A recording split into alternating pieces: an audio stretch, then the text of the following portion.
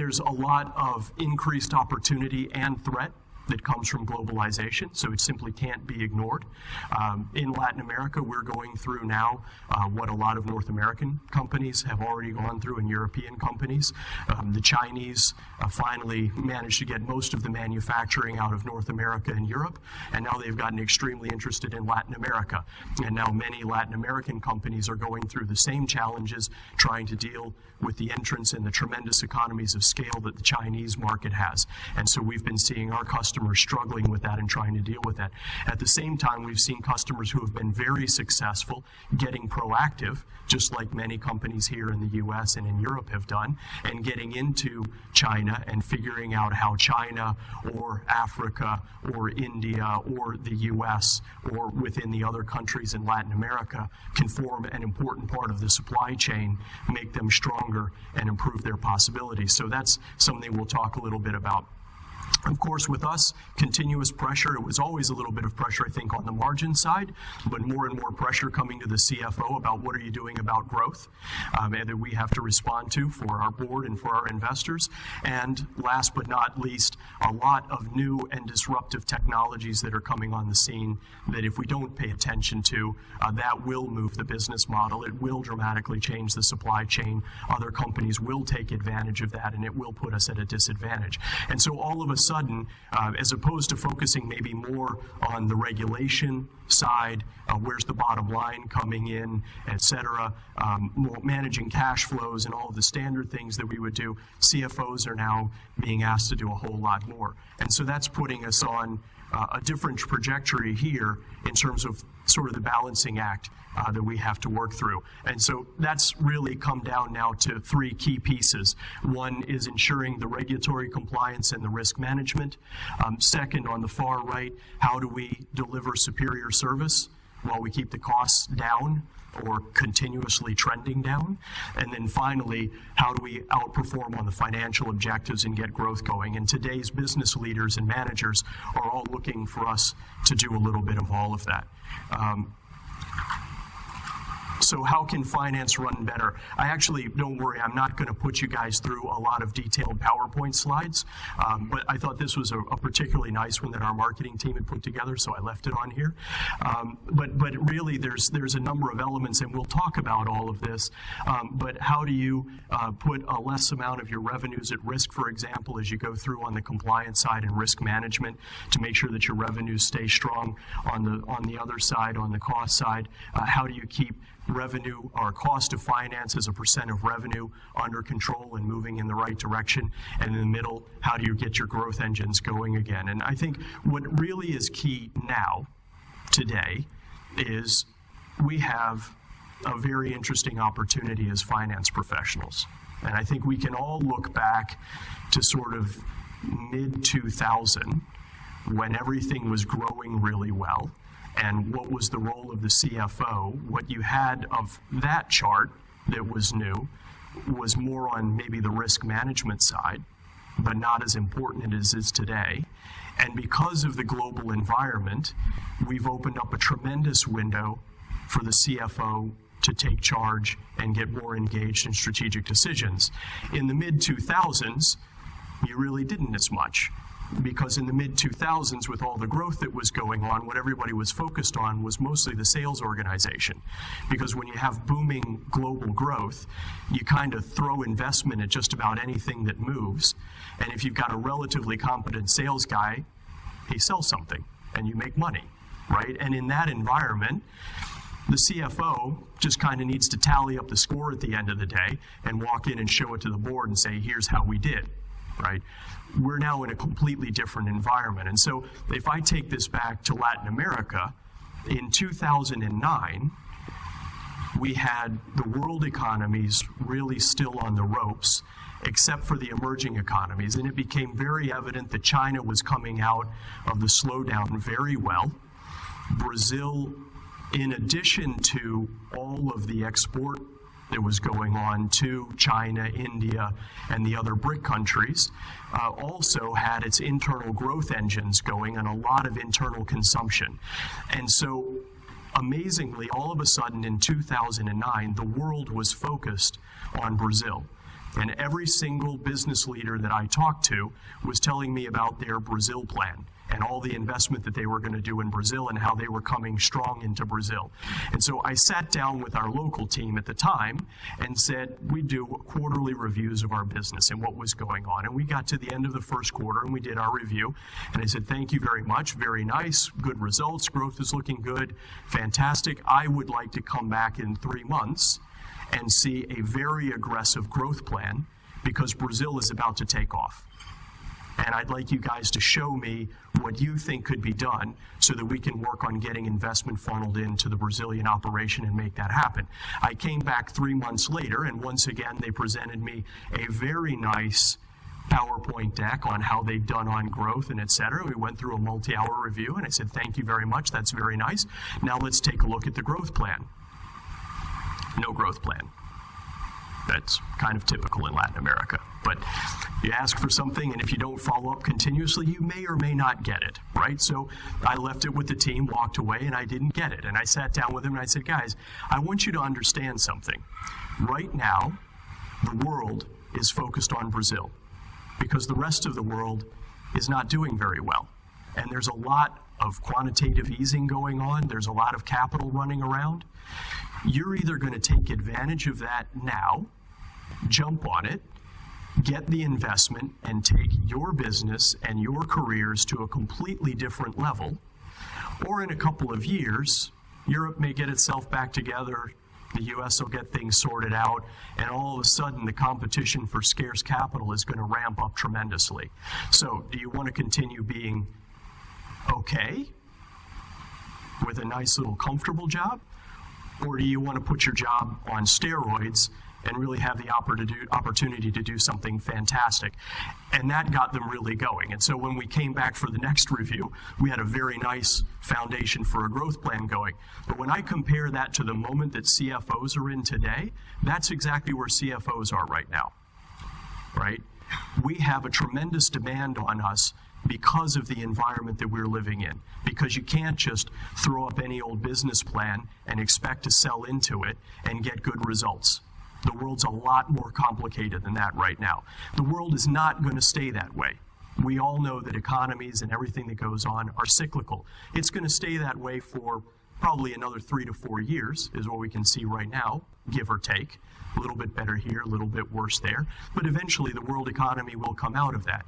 And we as CFOs will have decided in the middle of that to jump on the opportunity, to get engaged in the strategic decisions, to get engaged with the board, to get closer to the business and take advantage of that and really ramp up what we're doing to the tremendous benefit of our companies, or we will not. And in 3 to 4 years, we'll go back to reporting the results from the money that the sales guys threw out there and something stuck and they got sales and et cetera. And that's where we'll be professionally and we'll be with our companies.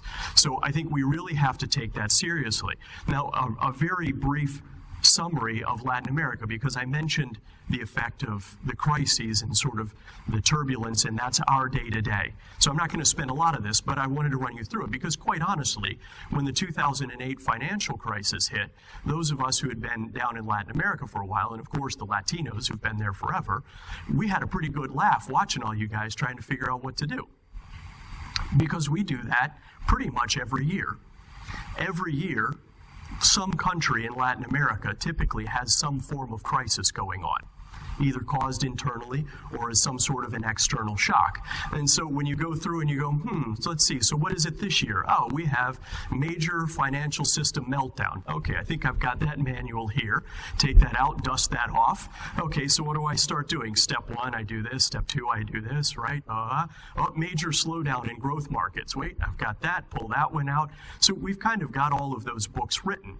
And so as we watched what was going on with companies in North America and in Europe, we all sort of sat around scratching our heads going, don't they know how to manage a crisis? Because it sure didn't seem like it. There was a lot of running around, there was a lot of panic, there was a lot of things happening. So I thought I'd tell you a little bit about that. So if I just go through really briefly, Argentina. I lived in Argentina in 1999. We had 1-to-1 dollar peso. Today, its official rate, government held at 4.6. The parallel rate is about 6.5. So we've devalued by about 600% from 1999 till now. We had tremendous growth a few years ago, probably not going to have any growth this year to potentially negative. Take a look at Brazil. Brazil, a little bit of the opposite. When I first went, struggling to really get off the ground. We had presidential elections. The currency went from 2.2 to the dollar to 4 to the dollar in a space of about 3 months. Over the course of the next couple of years, it came back to about 1.5, 1.6. We came out of the financial crisis very, very well, went to 7.5% growth, and have already slowed back down again to about 2%, but are predicting somewhere around 4 for next year. Venezuela. Venezuela was one of the darlings of the market, second largest oil reserves proven in the world. Went through tremendous economic growth, currently really on the ropes and really struggling.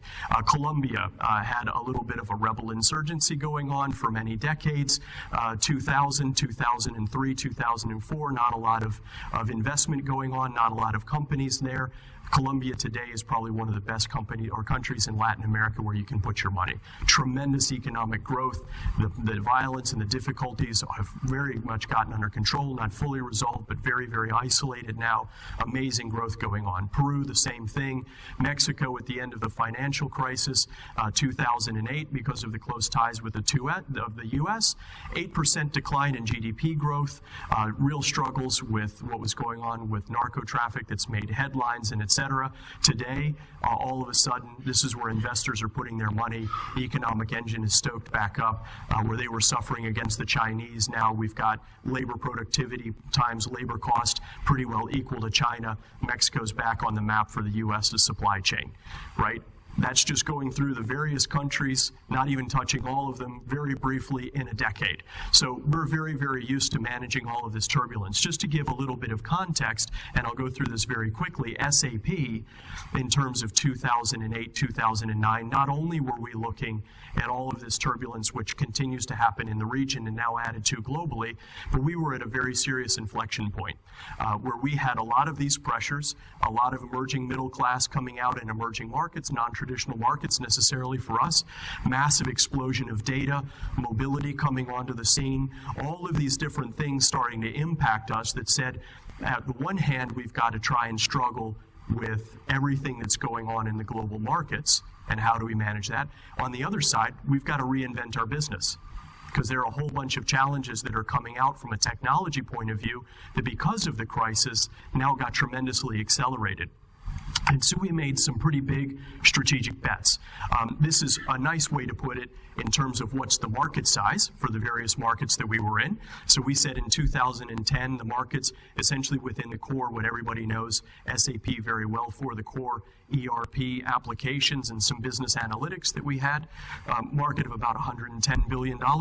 By 2015, there are 3 key segments that we have to get into in order to stay relevant for our customers. We've got to get into mobility, get into database and database acceleration, and we've got to get into cloud applications. That takes our addressable market to $230 billion.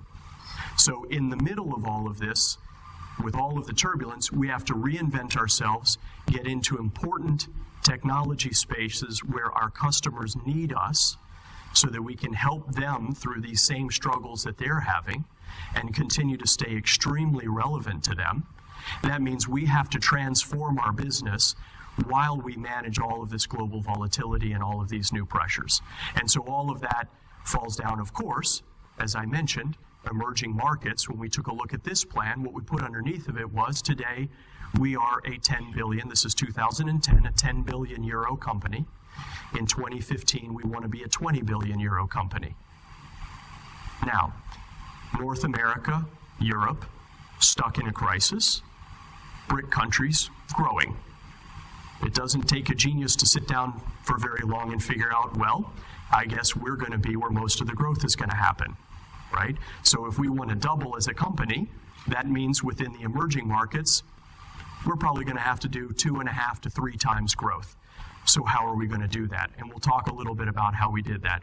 So a couple of lessons from Latin America, and I'll start out on the regulatory and compliance piece, a little bit about what we have done. I think Latin America, one of the really key pieces is compliance. Compliance, Sarbanes-Oxley, all of the things that we mentioned here. So a couple of things that we have done. We've put together a very, very dedicated, competent team to work on compliance exclusively.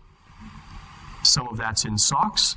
Some of that is everything related to foreign corrupt practices, to the requirements that we have now with the legislation from the UK and et cetera. How do you do good, clean business in a region that's known for having difficult places to do that? We got a specific, focused, small, but very competent team together that worked on that, and we made it a significant leadership priority. So whenever we have leadership meetings, compliance office is always invited. They are always at the table. They are always talking to the leaders about what's going on. When we do our sales kickoff every year, we get the entire sales team together. During the keynotes, the compliance office always has an hour to talk about what's going on and what you need to be aware of. So the sales team knows that we're serious about it. When we get together with our ecosystem, when we do our partner events, the same things. In the keynote, the compliance office is there and explaining what the expectations are. And we've built a whole infrastructure behind that. But at the same time, we've made it very clear. We have the compliance office. There's a job that they have to do. The ownership of compliance starts with the entire leadership team, beginning with myself as CFO, our COO, our head of sales, and the president for the region, so that every single person knows that we take it very, very seriously. It's not something you just push to the compliance office and say they're dealing with it, but you get it into your day-to-day.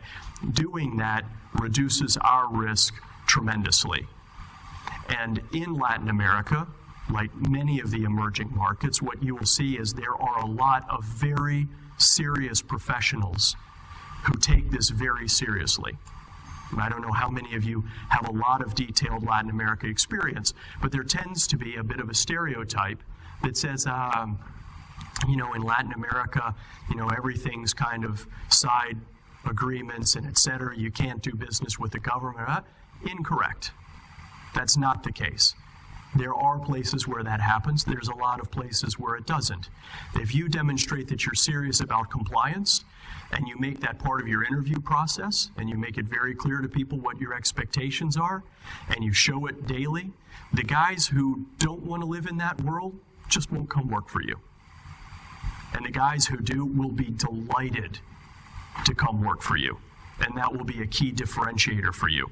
One of the other key things that we did was within shared services. So Latin America still has a lot of small markets. One of the key things for us to getting compliance under control, especially on the SOX side, was getting that pulled in, the key SOX elements pulled into a central location. So we built out a shared services center in Argentina several years ago, and our key SOX processes run through the shared services, because it would be impossible to try and control that on the ground in each one of the countries in Latin America. Not impossible, but it would be very difficult. It would be very expensive. By pulling that all into the shared services and getting many of those key processes lined up on SOX, I can now be comfortable that that's taken care of.